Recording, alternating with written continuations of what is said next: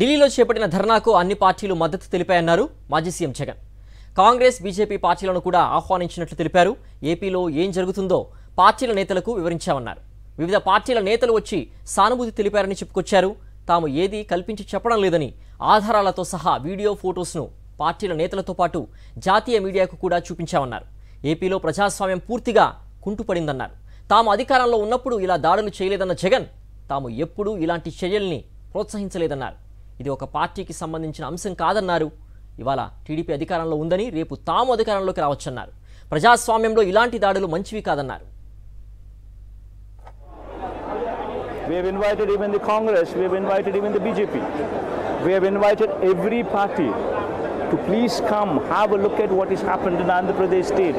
These are not what, I'm not talking something from the air. I'm displaying photographs, I'm displaying video clippings. Please show some empathy. I mean, it is the duty of you. I request the media, I request the politicians, I request the leaders of every party. This is not a party issue. So today they are in power, tomorrow we would be in power, yesterday we were in power. But this is not how one does politics. If this were to be encouraged, if this were to be diverted, if this were to be not given the attention that it deserves, then mark my word, democracy would always be limping. This is the reality of